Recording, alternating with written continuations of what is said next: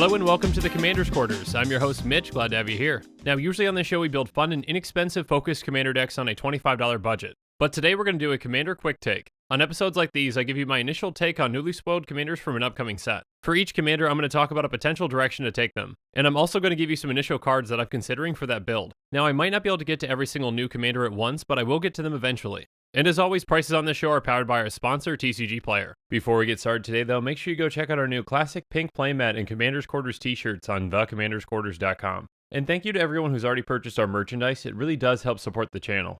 Also, make sure that you subscribe to the channel and click that little bell notification icon so that you can stay up to date in the latest Commander's Quarters episodes. I just want to give a quick disclaimer before we jump into this. On episodes like these, they are just initial quick takes. These commanders are just as new to me as they are to you. And because of that, I don't have any finalized decks built for these commanders. So the direction that I initially take with one of these commanders might not be the same direction that I take them in a deck tech. And because of that, some of the cards I'm going to mention might not be in those decks either. But now that we're on the same page, let's get into it. My first commander quick take is going to be on Feather. Feather the Redeemed is a 3/4 flying angel that costs red, white, white. She has whenever you cast an instant or sorcery spell that targets a creature you control, exile that card instead of putting it into your graveyard as it resolves. If you do, return it to your hand at the beginning of the next end step. This is exactly the kind of Boros commander that I've been waiting for. Feather is the only Boros commander so far to provide true card advantage, and she does it in a very unique way. As long as we keep casting instant or sorcery spells that target one of our creatures, we're going to get those cards back. Even though we can target any creature that we control, I still think that the best way to build this deck is going to be a Voltron style strategy. So we're going to be casting a lot of cheap spells to pump Feather and kill our opponents quickly. Effects like Brute Force aren't very good in most decks since they're a one-time effect. But this card comes in huge for this deck because we can just keep getting it back over and over again. So for 1 mana each turn, we can give Feather +3/+3. Perhaps an even better effect though comes from a card like Titan Strength. It still gives Feather that 3 power, but it also lets us scry 1. While scrying isn't technically card advantage, it does help us set up our next turn. We're also going to run cards like Psychotic Fury that can double up her damage output. Not only does it give her double strike, but it's also going to let us draw a card. With the right combination of cards in our hand, we can even kill one of our opponents as early as turn 4. For lethal commander damage, we just need to get her to 11 or more power and give her double strike. And the best part about this is that we get those cards back so we can do it again the next turn. This deck is going to prioritize cheap and efficient instant speed spells, especially ones that provide us with either card advantage or card selection on top of what they're already doing. So we need to make sure that we also have ways to protect Feather too. For just 1 mana, Sheltering Light gives her indestructible until end of turn, and we're going to get to scry 1. This is a very powerful effect that makes it very hard for our opponents to actually deal with her. And since we get these cards back each turn, we can even repeat this during our opponent's turns too. So we're also going to protect Feather in other ways with a card like God's Willing. It's going to give her protection from the color of our choice until end of turn, and we get to scry 1. And Shelter does the exact same thing, but instead of scrying 1, it draws us a card. Both of these cards can help protect our commander from any kind of targeted removal. And on top of that, we can use them offensively too. We can give her protection from a certain color to make sure that her attack gets through. And we're also going to be running some efficient ways to destroy our opponent's boards when we need to. First up, there's Slaughter the Strong, which says each player chooses any number of creatures he or she controls with total power of 4 or less, then sacrifices all of the creatures he or she controls. So this card is going to wipe out most of our opponent's creatures, but it's going to keep Feather safe. And then there's Divine Reckoning, which says each player chooses a creature he or she controls to destroy the rest. Even though we're not going to get this card back into our hand because it doesn't target, it does have flashback for 5 white white. A card that does target though is Chandra's Ignition, which says target creature you control deals damage equal to its power to each other creature and each opponent. This card can be absolutely game ending in this deck. Even with just one of our pump effects, we can get Feather's power high enough to destroy all other creatures. And since it does target, it does come back to our hand at the end of the turn. This is a repeatable board wipe that is very hard for our opponents to get around. Feather is a very powerful and unique commander that is a lot of fun to build around. I'm excited that Boros finally has an option with a commander that actually has some card advantage. But with that, this first quick take is over, so let's move on to the second one.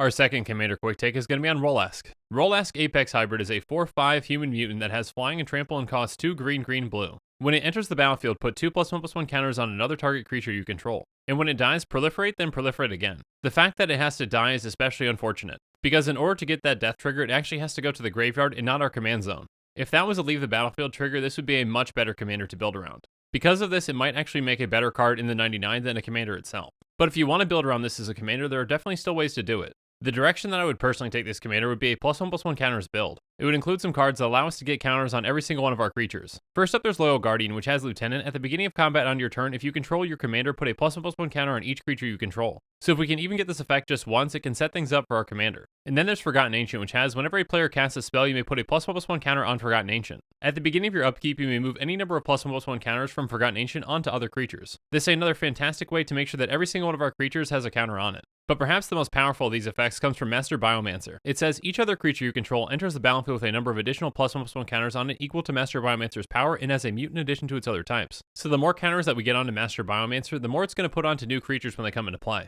With all these counters, we're able to create a giant army that is hard for opponents to stop. But we can also get some other effects from placing counters too.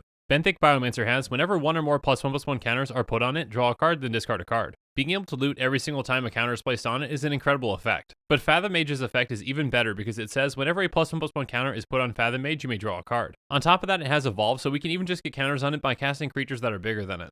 And then there's Simic Ascendancy, which is a fantastic alternative win condition. We can pay 1 green-blue to put a +1/+1 counter on target creature we control. Whenever one or more +1/+1 counters are put on a target creature we control, we get to put that many growth counters on Simic Ascendancy. And then at the beginning of our upkeep, if Simic Ascendancy has 20 or more growth counters on it, we win the game. This requirement is very easy for us to meet, especially with our commander's death trigger. Again, every single card that we've gone through so far is benefited by our commander actually dying. The problem with that is we don't want just a one-time effect with our commander, we want to be able to use it more than once. On top of that, we want to be able to choose when that effect happens. So to solve that issue, we can run a sacrifice outlet like Evolutionary Leap. Evolutionary Leap lets us pay green and sacrifice a creature to reveal cards from the top of our library until we reveal a creature card. That creature is going to go into our hand, and the rest go onto the bottom of our library in a random order. This is a great way for us to get some value out of actually sacrificing our commander, but how do we get him back? That's where cards like Reincarnation and False Demise come in. Reincarnation is an instant that says, choose target creature. When that creature dies this turn, return a creature card from its owner's graveyard to the battlefield under the control of that creature's owner.